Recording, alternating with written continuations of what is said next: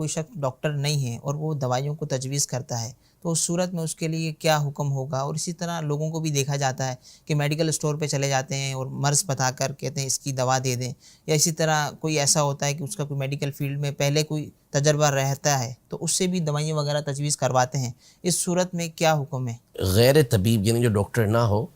اس کو علاج میں تو ہاتھ ڈالنا یہ سخت ممنوع ہے، حرام تک لکھا ہے علماء نے۔ اور جو عقل کے قریب بات ہے وہ بھی یہی ہے کہ ہر طرح کی جو دوائی کا فارمولہ ہونا چاہیے، جو لینا چاہیے وہ ڈاکٹر سے ہی لینا چاہیے، کوالیفائڈ ڈاکٹر ہو اسی سے آپ، یا حکیم ہے جو بھی آپ کے علاج کے طریقہ کار ہے اس کے مطابق آپ دوائیاں ان سے لیں، ان سے لکھوائیں اور پھر دوائی لیں، یہی عافیت والا درست طریقہ کار ہے۔ ورنہ بہرحال نیم حکیم خطرہ جاں ہوتا ہے۔ تو بعض اوقات جو چیز آپ سمجھ رہے ہیں کہ صرف آپ کے پیٹ کے اندر درد ہے، تو اب پتہ نہیں وہ کس چیز کا درد ہے، وہ اس نے جو میڈیکل اسٹور والا ہے اس کو تجربہ اپنی جگہ پر ہے، لیکن ظاہر ہے کہ وہ باقاعدہ آپ کا مرض ڈائگنوز تو وہاں کھڑے کھڑے نہیں کر سکتا۔ سر میں درد ہے تو کس وجہ سے، وقتی درد ہے یا باقاعدہ آپ کو کوئی میگرین وغیرہ کا درد اٹھتا ہے، یہ الگ الگ قسم کے درد ہوتے ہیں۔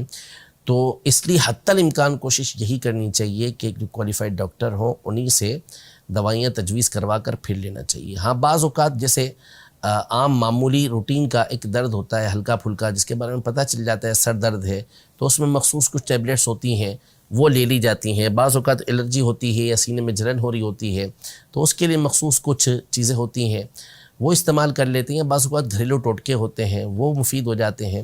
تو ایسی معمولی چیزوں کے اندر تو یہ چل جاتا ہے، لیکن بعض اوقات لوگ بڑے بڑے مرض کے اندر، ایک بیماری کے اندر جو ہے وہ تجویز کر رہے ہوتے ہیں، اور بعض تو ایسے ہوتے ہیں کہ جو صرف تجویز نہیں کرتے کہ آپ لے لیں، بلکہ وہ مصر ہوتے ہیں کہ جو میں نے کہا ہے وہی دوائی آپ استعمال کر لیں۔ یہ خطرناک چیز ہے، نہ ایسا کرنا چاہیے، نہ کسی کو ایسا مشورہ دینا چاہیے، اور نہ ہی کسی کے ایسے مشورے کے اوپر عمل کرنا چاہیے۔ جس کا جو کام ہے اسی سے وہ کام لینا چاہیے۔